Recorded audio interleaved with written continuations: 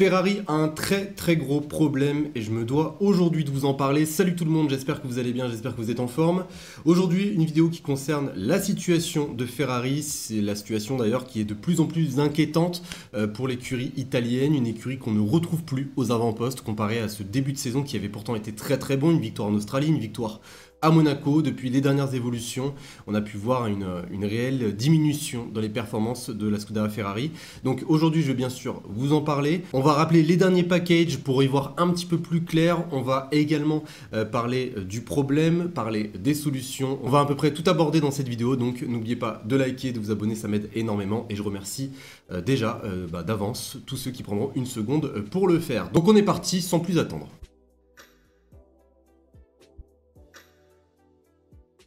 Alors déjà pour y voir un petit peu plus clair, faisons un petit rappel des packages qui sont arrivés. Alors il y a deux très gros packages qui sont arrivés pour la Scuderia Ferrari cette saison. Il y en a eu un à Imola, package qui a modifié les pontons, notamment les entrées d'air, qui a également modifié le capot moteur, et une réorganisation des éléments internes dans la SF24, et également des légères modifications et certains ajouts aérodynamiques. En tout cas, ce package, de mon point de vue, même si ça n'en avait pas l'air sur la piste, ce package a fonctionné. Et même ça, ce n'est pas seulement moi qui vous le dis, c'est également l'avis de Frédéric Vasseur. Et le seul problème dans tout ça, c'est que ce package est un peu passé inaperçu. Ça veut dire que les performances de cette Ferrari ne sont pas forcément vues en piste. C'est dû bien sûr au retour de McLaren, donc c'est pour cela que ce package n'était pas tellement visible. Quand on pouvait voir les Ferrari derrière les McLaren, on pouvait tous se dire bah tiens, le package ne fonctionne pas. Donc ça concerne le package à Imola. Maintenant, il y a eu un autre package, un package à Barcelone, un package qui a été énormément anticipé, tout simplement pour essayer de contrer les bonnes performances de Red Bull et de McLaren. Et le gros problème des Ferrari viendrait de ce package précisément. Alors déjà, si je vous parle des évolutions qui sont arrivées grâce à ce package, on a pu voir un nouveau fond plat, on a pu voir des changements dans la carrosserie arrière et également au niveau du diffuseur. Donc un second package à Barcelone qui était censé améliorer les performances du premier. Pour vous la faire courte, ce package à Barcelone était censé rapporter encore plus de charge aérodynamique. Et malheureusement, cela a fonctionné, mais pas comme Ferrari l'espérait. Et oui, puisque maintenant, cette voiture produit trop de charge sur les suspensions, et c'est ce qui cause le problème de rebond que connaît Ferrari aujourd'hui. Une voiture qui rebondit énormément dans les virages rapides, une voiture qui perd 1/10 par virage rapide. Ça s'est vu bien sûr en Autriche. Donc voilà d'où vient le gros problème de rebond de Ferrari. La suspension ne peut pas faire face à cette quantité de charge et cela détruit tout simplement les performances. Pour vous la faire courte et pour vous expliquer très brièvement ce problème, il faut savoir qu'aujourd'hui les F1 roulent avec une garde au sol assez basse. Ça c'est dû à notre réglementation, la réglementation bien sûr à effet de sol. À vitesse lente, l'arrière est logiquement plus haut. C'est pour cela que la Ferrari n'a pas forcément de problème dans les virages lents. Et en fait il y a moins l'effet de sol et il y a moins l'effet de pompage en fait que peut ressentir la monoplace à vitesse lente. Par contre à vitesse rapide, et c'est là où réside en fait le problème, c'est que plus la vitesse va augmenter au fur et à mesure, plus la dépression en dessous de la monoplace va également augmenter, ce qui va aspirer le châssis vers le sol. La différence de pression entre le dessous et le dessus de la monoplace s'appelle la charge.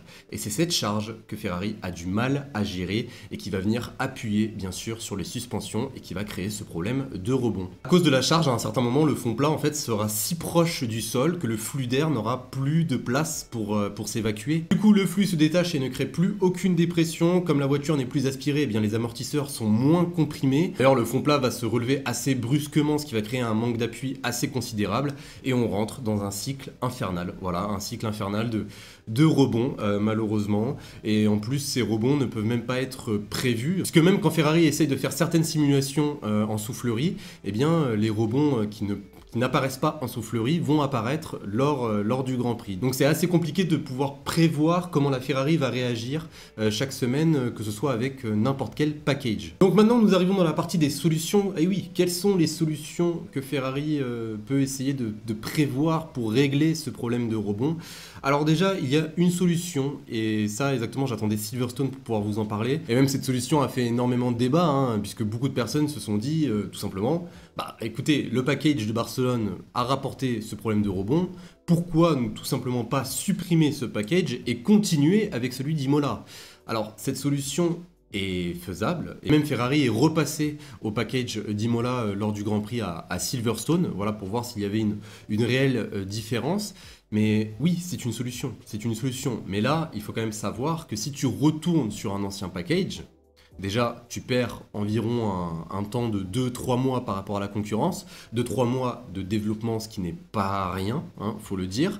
Tu perds également peut-être une certaine voie de développement, puisque tu as choisi une voie de développement, tu dois t'y tenir. Alors certes, revenir en arrière va te donner sans doute un petit peu plus de performance, mais par rapport à la concurrence, à un moment donné, tu vas finir par être en retard. Et c'est ce qui peut causer ta perte en fin de saison. C'est assez compliqué, donc revenir sur le package d'Imola ne me semble pas être la meilleure idée. Après, essayer d'alterner les packages entre les tracés, oui, ça, pourquoi pas.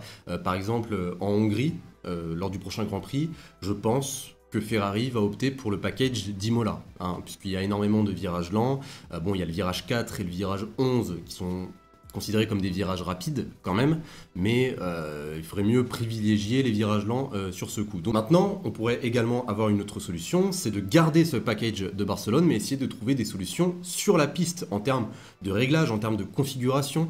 On le sait déjà, si Ferrari veut essayer de réduire ce problème de rebond, l'une des meilleures solutions est de bien entendu surélever un petit peu la monoplace. Alors Ferrari a déjà tenté de le faire, hein, essayer de surélever un petit peu la voiture pour essayer d'avoir le moins de charge possible sur les suspensions. C'est une solution, mais c'est une solution qui va te poser problème par rapport à l'endroit où tu es.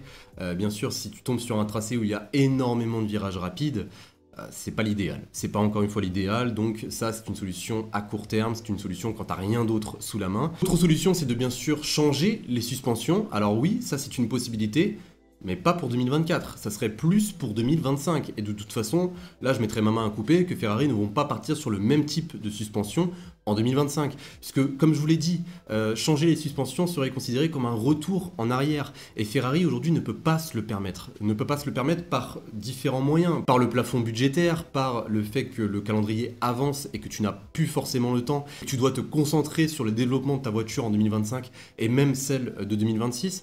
Donc Ferrari n'a pas le temps aujourd'hui de changer les suspensions et d'essayer de comprendre une SF24, encore une fois, évoluer lors de cette saison 2024. Donc changer les suspensions, c'est pas la meilleure solution pour 2024. Là, on cherche des solutions en 2024. Eh bien, une solution, j'en ai qu'une seule à vous donner pour le moment, c'est de tout simplement être patient. Voilà, d'être patient, essayer de faire avec cette Ferrari SF24, essayer de à chaque fois trouver les meilleurs réglages, trouver les meilleures configurations, trouver le meilleur moyen de permettre à cette Ferrari d'avoir une bonne tenue de route, au moins pour les pilotes, et d'attendre les prochaines évolutions. Ferrari trouvera la solution à un moment donné par exactement les futures évolutions qui pourraient donner un peu moins de charge à cette monoplace. Ferrari va finir par trouver la solution. Maintenant, on en arrive au dernier point, et c'est d'ailleurs le point qui rejoint encore une fois ce que je viens de vous dire. C'est que Ferrari a beaucoup de mal. Chaque année, à chaque fois, ils perdent la course au développement d'une manière assez systématique, je trouve. Une course au développement qui est ultra importante, une course au développement que tu ne peux pas perdre, surtout quand il y a moyen, on va dire, d'aller rattraper Red Bull cette saison, ce qui n'était pas le cas lors des saisons précédentes. Et en plus, là maintenant qu'il y a McLaren qui est rentré dans la danse, ça devient de plus en plus difficile. Mais avec Ferrari, c'est systématique. À chaque fois, ils perdent la course au développement. Alors on ne sait pas forcément d'où c'est venu. Hein. On sait qu'il y a un changement d'effectif qui va être assez présent d'ici octobre 2024. Je pense par exemple à l'arrivée de Loïc Serra, à Jérôme D'Ambrosio. Je pense au départ d'Enrico Cardil. Je pense également au départ d'Inaki Rueda, au départ de David Sanchez, au départ de Laurent Mekies. Donc oui, il y a eu un changement d'effectif. Il y a eu le départ de beaucoup de personnes, encore une fois. Et je pense qu'il faut encore un petit peu plus de temps avant de blâmer Frédéric Vasseur, puisque là je vois beaucoup de personnes lui tomber dessus. Frédéric Vasseur, il est arrivé déjà l'année dernière, il avait un concept, enfin du moins on lui a redonné un concept qui n'était pas du tout le sien, il a travaillé avec des personnes avec qui il n'avait pas forcément envie de travailler. C'est pour cela que je vois beaucoup de personnes, surtout depuis la victoire de Lewis Hamilton, dire ouais pourquoi Lewis il part là-bas, mais attendez, laissez-leur le temps de construire les bases. C'est normal que Ferrari se plante à un moment donné, de toute façon il se plante chaque année.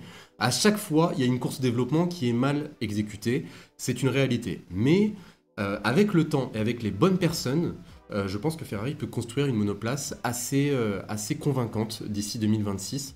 Je ne sais pas si en 2025 ils seront capables de remporter des courses, mais la réglementation 2026 arrive à grands pas. Et il faut se concentrer également sur cette réglementation, ça reste le plus important. Si tu ne gagnes pas maintenant ou l'année prochaine, bah t'as un peu l'habitude, hein, mais si tu ne gagnes pas en 2026, ça serait véritablement considéré comme un échec.